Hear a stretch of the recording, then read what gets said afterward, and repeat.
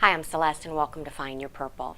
Well, we're still technically in Tropical Storm Harvey, but Austin is on the outer edge of the storm circle, and right now, as it sprinkled a little this morning when I was up, and right now it's not raining at all. It's still overcast, but it's allowing time for the waters to recede.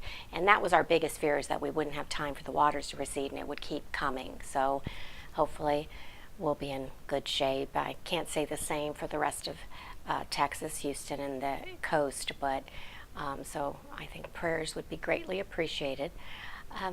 But when I was looking out this window this weekend, we have a crepe myrtle by our front porch, and it can be a bush, but ours is more the height of a tree.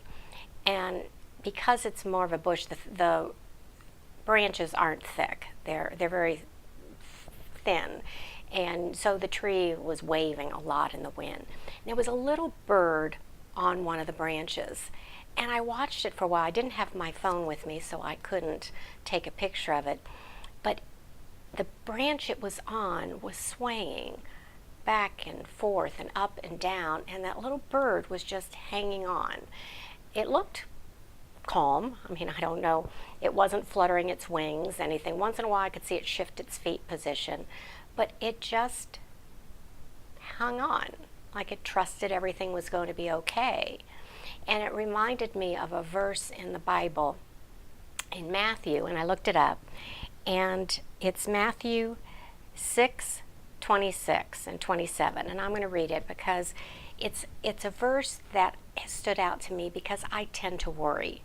And even in the storm, you're looking out and worrying about water rising and worrying about things that I have no control over. And God tells us not to worry.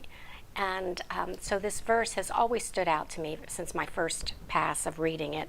And again, I highlight, and so you can see in Matthew, I like a lot of Matthew. So I got a lot of highlighting. But again, this is Matthew 6:26 and 27. It says, "Look at the birds of the air. They do not sow or reap or store away in barns, and yet your heavenly Father feeds them. Are you not much more valuable than they? Who of you, by worrying, can add a single hour to your life?" Basically saying, don't worry. And that's hard for us because I think it's all, I guess, back to trust. We have to put our trust in God, and anytime you worry, you have to let it go. You have to let it go to God, and because if your mind gets into that worry mode, you can really get into that spiral, and there's just no value in it, and you just need to pray your way out of it, I guess. So that little bird was a lesson for me, because the little bird didn't appear to be worrying, and he was just sitting on the branch, trusting that he'd be okay. So I just thought I would bring it out in case any of you are worriers as well. If you're worrying about finances or relationship or the weather, or if you worry when your kids are out, if they're going to get home safely. Worrying does not get you anything. It only, they say technically, it makes you ill. And again, in Bible says it specifically, who of you by worrying can add a single hour to his life?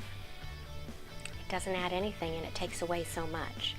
So that was my thought for the day. As always, grab your cup of tea, sit back, and let's start sharing. Until next time, bye-bye.